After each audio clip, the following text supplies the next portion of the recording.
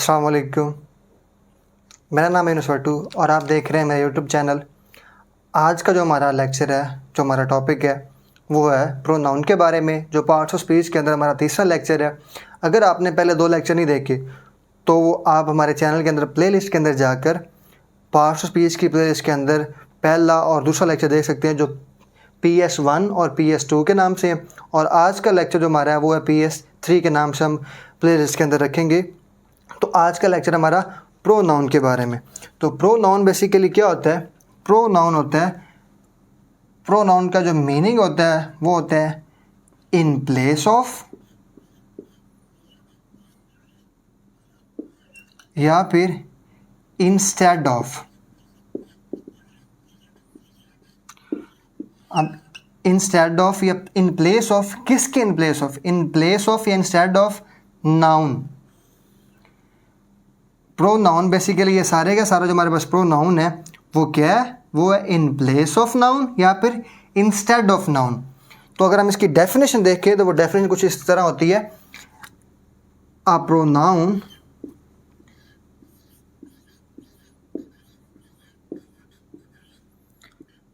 is a word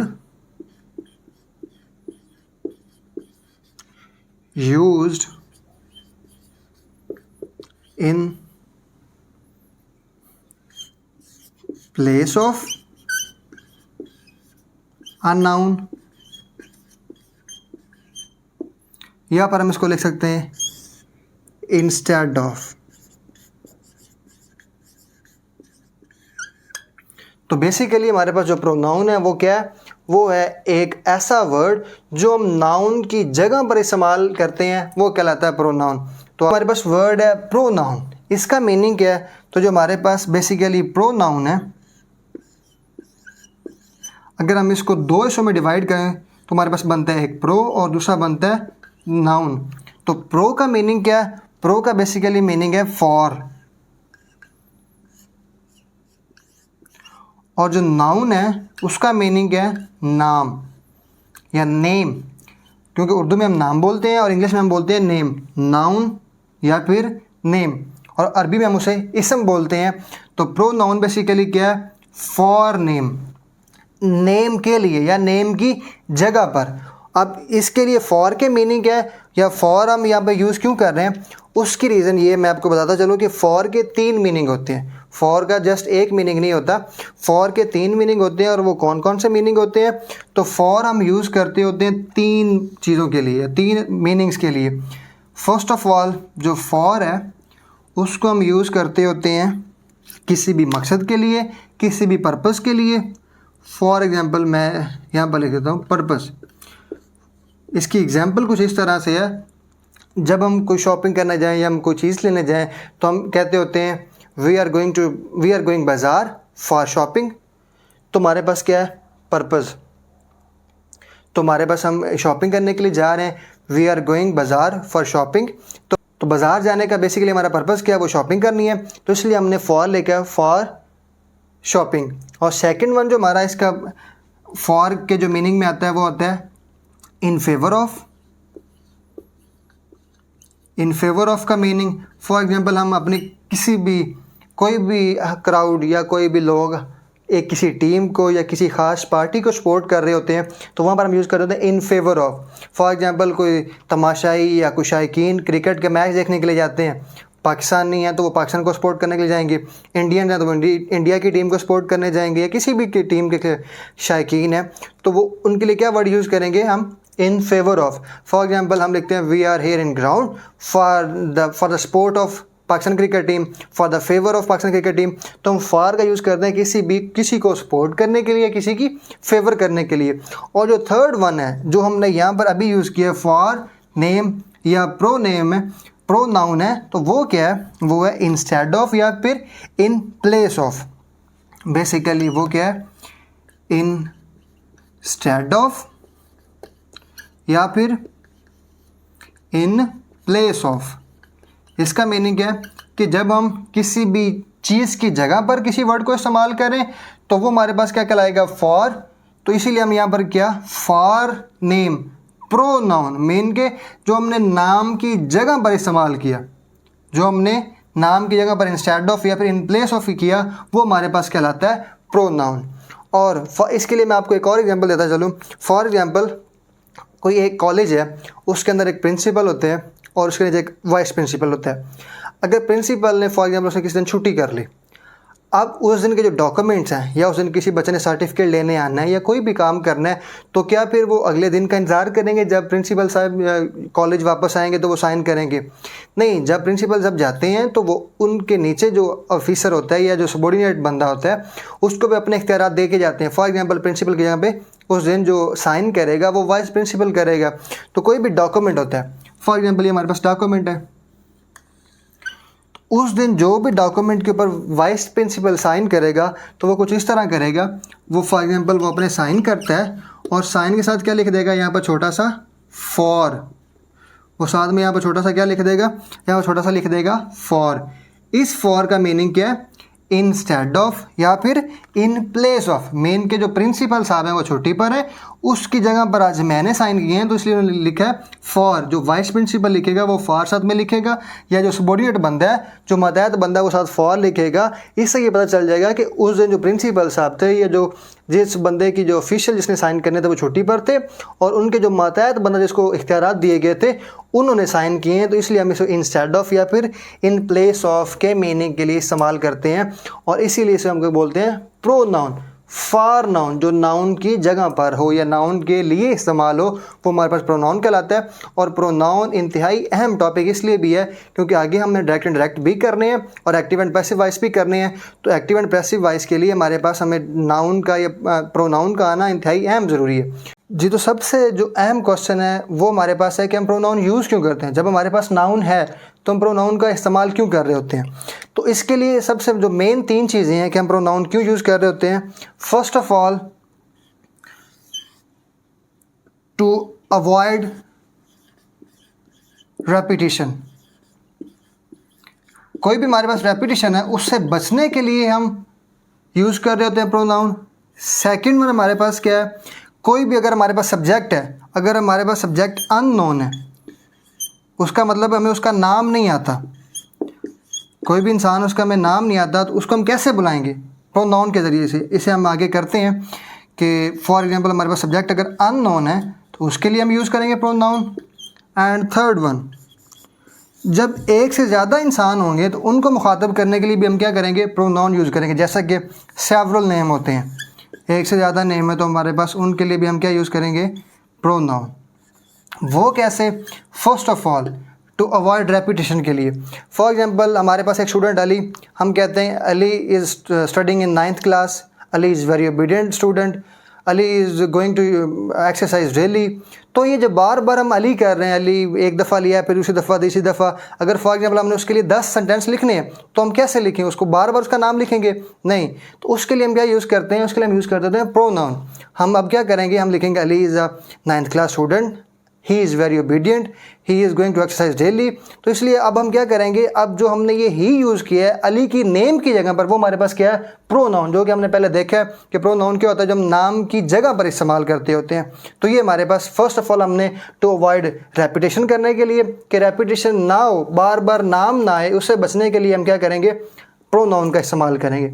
second one क्या है, subject unknown है। फॉर एग्जांपल हमारे पास जो दूर एक इंसान खड़ा है तो हम क्या करेंगे, अगर उसको बुलाना है अपने पास, उसका हमें नाम नहीं पता, तो हम क्या करेंगे, हम उसको यू बुलाएंगे, या एक से ज़्यादा पर्सन जब उन्हें दे कह के बुलाएंगे। तो हम उसका हमें नाम नहीं आता या उन लोगों का नाम नहीं आता, तो जब हमारे पास सब्जेक्ट का जो नेम है, सब्जेक्ट अगर हमारे पास अननोन है या उसका जो नाम है हमारे पास, हमें उसका नाम नहीं पता, तो इसलिए भी हम प्रोनाउन यूज़ करते हैं। और जो थर्ड वन हमारे पास है वो है सेवरल नाउन के लिए। फॉर एग्जांपल मैं आपसे बात कर रहा हूँ या मैं अपने ऑडियंस के सामने बात कर रहा होता हूँ, या कोई पार्टी का लीडर एक जलसे में ख़िताब कर रहा होता है तो उसके सामने हज़ारों लोग बैठे होते हैं।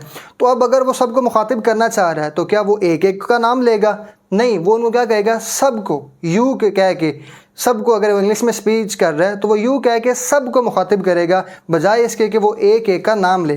तो इसके लिए हम क्या यूज़ करते होते हैं, प्रोनाउन। प्रोनाउन को हम तीन जो हमारे पास मेन चीज़ें हैं जिनके लिए हम यूज़ करते होते हैं, to avoid repetition, for unknown subject के लिए, और सेवरल नाउन की जगह पर हम प्रोनाउन को यूज़ करते होते हैं। तो तो इसके लिए फर्स्ट पर्सन, सेकंड पर्सन और थर्ड पर्सन का कॉन्सेप्ट हमारे पास होना इंतहाई अहम ज़रूरी है। तो हम इसके लिए इसके बाद फर्स्ट पर्सन और सेकंड पर्सन, थर्ड पर्सन के बारे में पढ़ते हैं। वो क्या होता है, ताकि हमें प्रोनाउन के बारे में मुकम्मल क्लियरेंस हो जाए। वो है हमारे पास फर्स्ट पर्सन,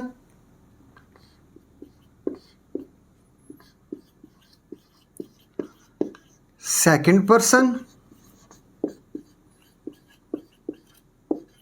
और थर्ड पर्सन का इल्म होना इंतहाई अहम ज़रूरी है, क्योंकि आपको पता होना चाहिए फर्स्ट पर्सन कौन सा है, सेकंड पर्सन कौन सा है और थर्ड पर्सन कौन सा है। फॉर एग्जांपल फर्स्ट पर्सन कौन सा होता है? फर्स्ट पर्सन वो होता है जो बात कर रहा होता है। फॉर एग्जांपल मैं आपसे बात कर रहा हूँ, तो अब मैं हूँ फर्स्ट पर्सन। तो फर्स्ट पर्सन में कौन कौन से आते हैं? फर्स्ट पर्सन में आते हैं आई, मैं बात कर रहा हूँ तो मैं, और वी, आई और वी, क्योंकि वी के अंदर भी जो सब्जेक्ट होता है वो अपने आप को कंसीडर कर होता है। जैसे कि मेरे साथ यहाँ पर 2-4 और लोग खड़े हों, तो मैं क्या वर्ड यूज़ करूँगा? We are here. तो उसके अंदर मैं खुद को भी शामिल कर रहा हूँ, जो बात करने वाला जो सब्जेक्ट है। तो इसलिए हमारे पास फर्स्ट पर्सन वो होता है जो बात कर रहा होता है, और उसके लिए हम वर्ड यूज़ करते होते हैं स्पीकर, बात करने वाला। आई होप का वो क्लियर हो गया होगा। और सेकंड पर्सन कौन सा होता है? सेकंड पर्सन वो होता है जो बात सुन रहा होता है, जिसके साथ हम बात कर रहे होते हैं।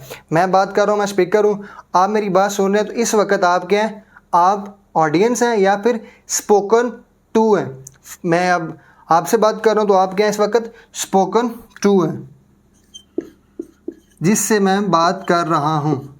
और वो कौन कौन से होते हैं स्पोकन टू? और वो स्पोकन टू हमारे पास जस्ट एक ही होता है, और वो होता है यू।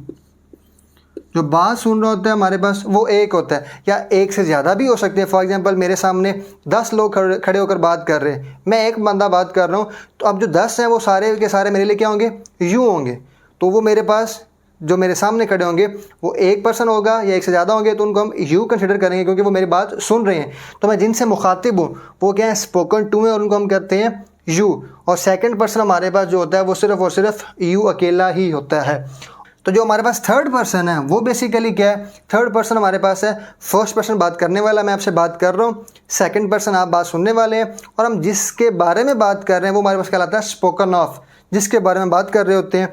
तो यहाँ पर मैं लिख देता हूँ थर्ड पर्सन हमारे पास होता है स्पोकन ऑफ, जिसके बारे में हम बात कर रहे हैं। और वो कौन कौन से हो सकते हैं? वो ही, शी, इट, दे, और जितने भी हमारे पास वर्ड्स हैं, जो हमारे पास, एक मैं बात सुनने वाला हूँ और मैं बात करने वाला हूँ और आप सुनने वाले हैं, हमारे अलावा जितने भी सब्जेक्ट हैं वो सारे के सारे क्या होते हैं?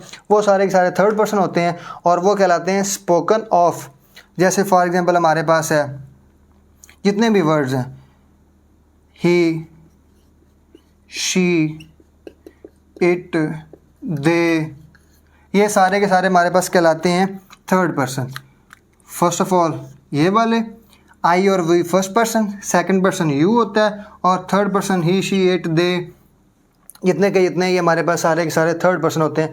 इनका इल्म होना आपको इंतहाई अहम ज़रूरी है, क्योंकि अभी हम करने जा रहे हैं cases of pronoun. Cases of pronoun इंतहाई अहम टॉपिक है, क्योंकि आगे हमने उनको यूज़ करना है। तो जी, तो हमारे पास जो प्रोनाउन के केसेस होते हैं वो बेसिकली 5 तरह के होते हैं। यहाँ पर हम लिख देते हैं केसेस ऑफ प्रोनाउन। अब इनमें कौन कौन से हैं? ये हैं 5 तरह के। For example 1, 2, 3 and 4। 1, 2, 3, 4 एंड 5। तो इसको हम कुछ यूँ कर लेते हैं। फर्स्ट ऑफ ऑल हमारे पास ये है सब्जेक्टिव केस या फिर नॉमिनेटिव केस।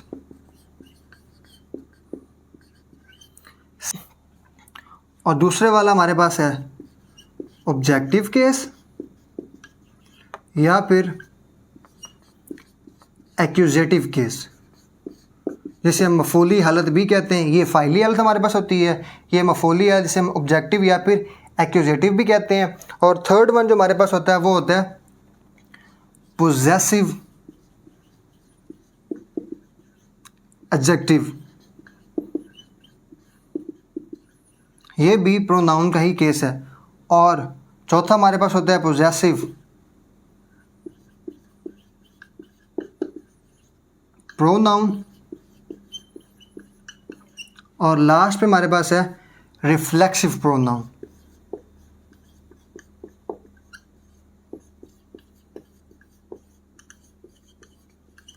ये भी सब्जेक्टिव प्रोनाउन है, नॉमिनेटिव, ऑब्जेक्टिव प्रोनाउन या accusative, passive adjective, possessive adjective, possessive pronoun और रिफ्लेक्सिव प्रोनाउन। तो हमारे पास ये कौन कौन से होते हैं? फर्स्ट ऑफ ऑल आई, ये सब्जेक्टिव केस है हमारा, तो इसका जो ऑब्जेक्टिव होगा वो क्या होगा? आई का मी। पोजेसिव एडजेक्टिव क्या होगा? माई। पोजेसिव प्रोनाउन क्या होगा इसका? माइन। और रिफ्लेक्सिव प्रोनाउन क्या होगा? My self. और दूसरा हमारे पास कौन सा है? वी। वी का हमारे पास ऑब्जेक्टिव केस क्या होगा? अस। पोजेसिव केस हमारे पास, या पोजेसिव एडजेक्टिव केस हमारे पास क्या होगा? आर होगा। पोजेसिव प्रोनाउन हमारे पास होगा आर्स, और रिफ्लेक्सिव प्रोनाउन होगा हमारे पास आर सेल्व्स। ये जो हमारे पास है, ये फर्स्ट टू, ये जो हमारे पास पहले दो हैं, ये हमारे पास है बेसिकली फर्स्ट पर्सन, जो मैंने अभी आपको ये करने से पहले करवाए हैं, ताकि आपको क्लियर हो जाए। आई और वी हमारे पास होते हैं फर्स्ट पर्सन। यहाँ पर हम लिख भी देते हैं कि ये हमारे पास क्या है? बेसिकली फर्स्ट पर्सन है।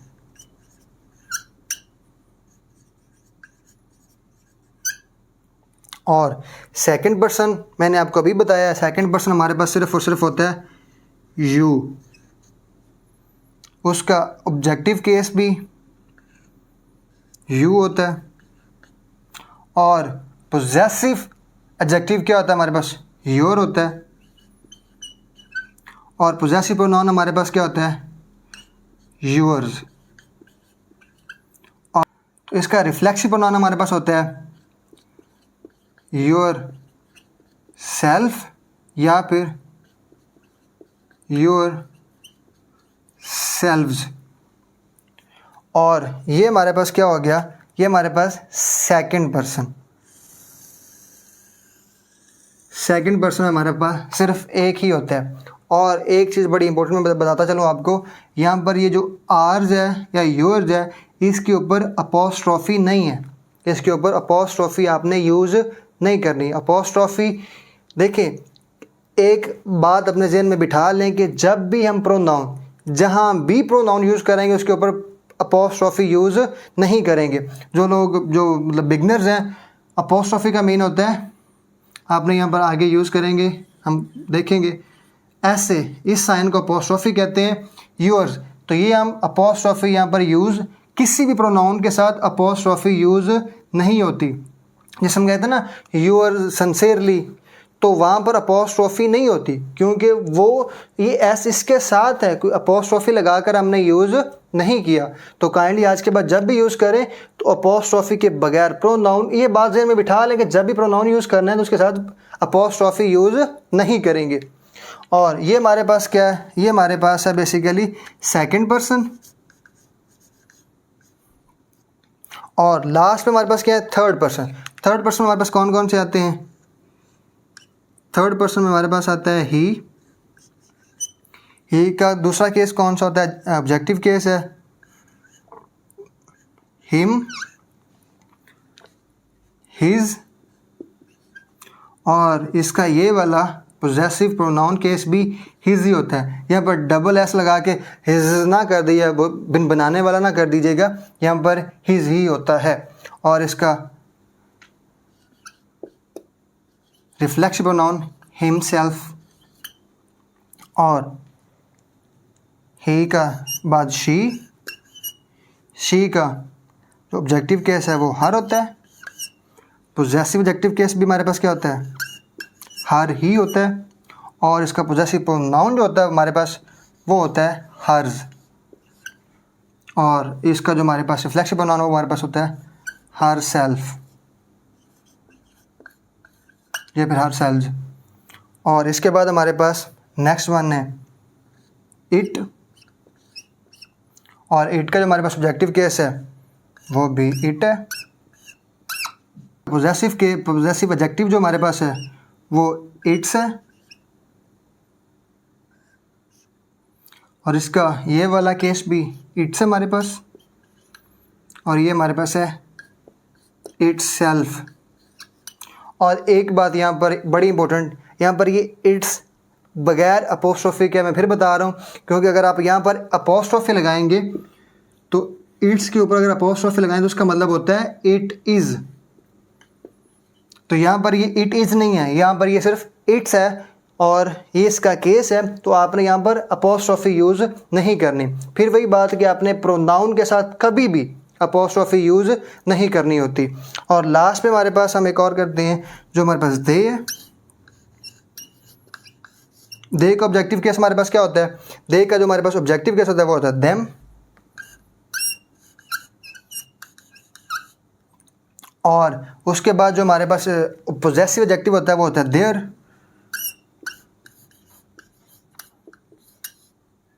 और इसका जो पॉजेसिव प्रोनाउन है वो हमारे पास देयर्स होता है। और लास्ट में हमारे पास है देमसेल्व्स।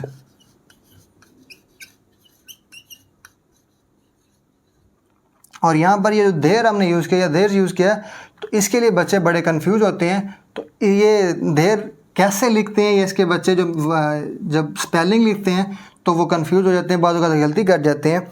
तो वो कुछ इस तरह है। फॉर एग्जांपल हमारे पास यू है, तो यू को जब हम पॉजेसिव एडजेक्टिव या पॉजेसिव प्रोनाउन करते हैं तो हम उसके साथ आर का इजाफा करके उसको कर देते हैं योर।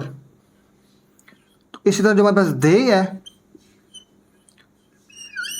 तो दे को अगर हमने उसका पॉजेसिव या प्रोनाउन में कन्वर्ट करना है तो उसके लिए भी हम क्या करेंगे, आर का इजाफा करेंगे। लेकिन बहुत से लोगों को पता होगा कि वाई क्या होता है, और बहुत से वर्ड्स के अंदर जब हम उन्हें पॉजेसिव एडजेक्टिव या पॉजेसिव प्रोनाउन करते हैं तो वाई की जगह पर हम आई यूज़ करते हैं। तो ये क्या हो जाएगा, देर। तो आई होप कि आज के बाद आपको देर का मसला भी हल हो जाएगा। और लास्ट पे एक इंतहाई अहम चीज़ बच्चों को कन्फ्यूजन से बचाने के लिए कि ये सब्जेक्टिव और ऑब्जेक्टिव केस, जैसे कि यहाँ पर यू सब्जेक्टिव केस भी है और ऑब्जेक्टिव केस भी है, तो हम इनको जब इस्तेमाल करें तो हमें डिफ्रेंशिएट कैसे करेंगे। तो फर्स्ट ऑफ ऑल वर्ब है, जो वर्ब के बाद इस्तेमाल होगा वो ऑब्जेक्टिव केस होगा, और जो वर्ब से पहले इस्तेमाल होगा वो सब्जेक्टिव केस होगा। तो आई होप कि अब क्लियर हो गया होगा कि जो सब्जेक्टिव केस होता है वो वर्ब से पहले सब्जेक्ट इस्तेमाल करते हैं, और जो ऑब्जेक्टिव केस है इसका मतलब है कि हम वर्ब के बाद जो इस्तेमाल करेंगे वो हमारा ऑब्जेक्ट होगा। और इसी तरह ये जो हमारा पॉजेसिव एडजेक्टिव है और पॉजेसिव प्रोनाउन में क्या फ़र्क है, तो जैसे कि हम एग्जांपल देते हैं, this is my book. Book एक नाउन है और माई क्या है, एडजेक्टिव है। तो दिस इज़ माई बुक ये एक पॉजेसिव एडजेक्टिव है। और इसी तरह अगर हम पॉजेसिव प्रोनाउन लिखना चाहें तो वो होगा हमारे पास दिस बुक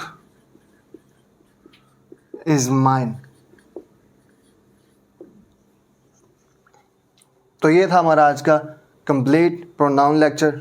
और बेल आइकन को दबाएं ताकि हमारे आने वाले जितनी भी वीडियोज़ हैं वो आप तक टाइमली पहुंचती रहें। अल्लाह हाफिज़, स्टे ट्यून।